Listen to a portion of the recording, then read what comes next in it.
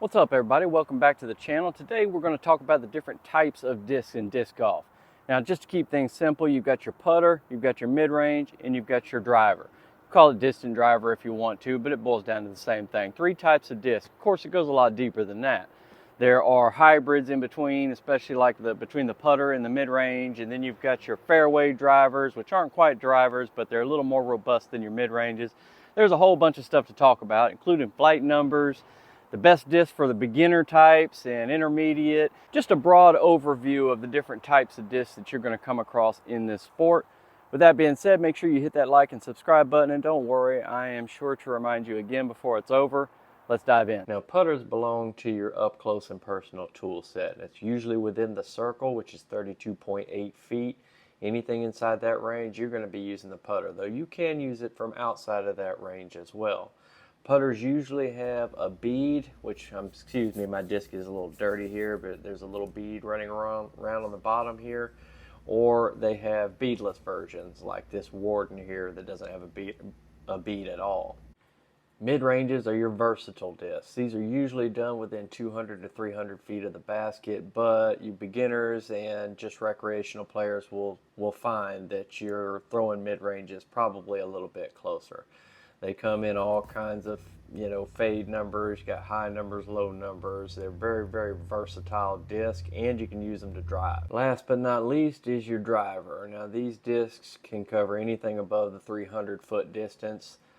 These are a lot more sleek, have a very low profile with a wide rim, and these are the ones that you get out there and just sling them as hard as you can. This is your tee shot disc. And like I said, they come in a lot of different speeds, but it's generally anything over 11, 12, but they can go as high as 15. All right, like I mentioned earlier, you have your hybrids, and I'll give you a few examples. This is a fairway driver. It's a Northman. It's got a 10-speed, 5 glide, -1 turn, and a 2 fade on it. It doesn't quite have the punch of the distance driver, but it sits somewhere in between a distance driver and a mid-range. This here is my Ricky Wysocki. I probably just mangled that name. Saki Bomb Slammer. It has a 3-speed, a 1 glide, a 1/2 point fade or turn, and a 4 fade. Now, looking at this disc, I promise I'm not trying to show it off here, even though it is a pretty disc.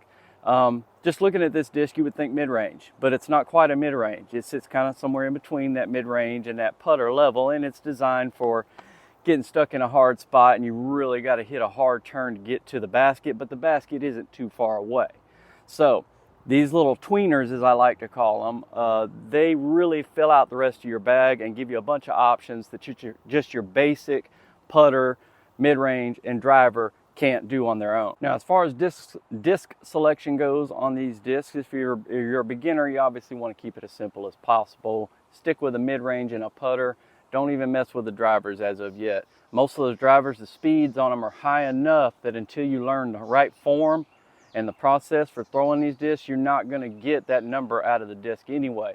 So start with your putters and your mid-ranges. Beginners also typically like to have high glide numbers, low fade numbers. Obviously, intermediate veteran players stick with all kinds of different stuff depending on their skill set.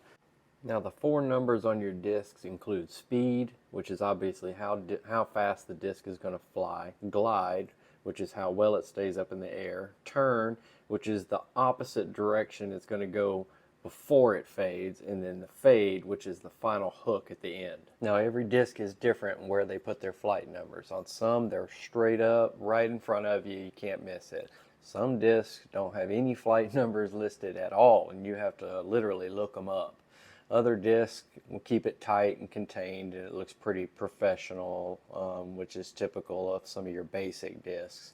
And then some will have it, incorporated into the patterning. So that about wraps things up. You've got your putter, you've got your mid-range, and you've got your driver. And then, like I said, you've got your in-betweeners, you've got your fairway drivers, and you've got your hybrid putter mid-ranges. I'm sure there's a word for it, but I have no clue what it is. Anyway, these discs fill out your bag and give you the most versatile options out on the course that you can find.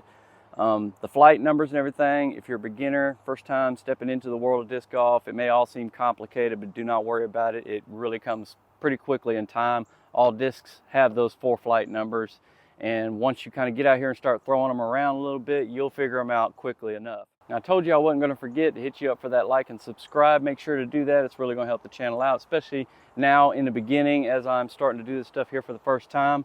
And really appreciate it. And we will see you on the course.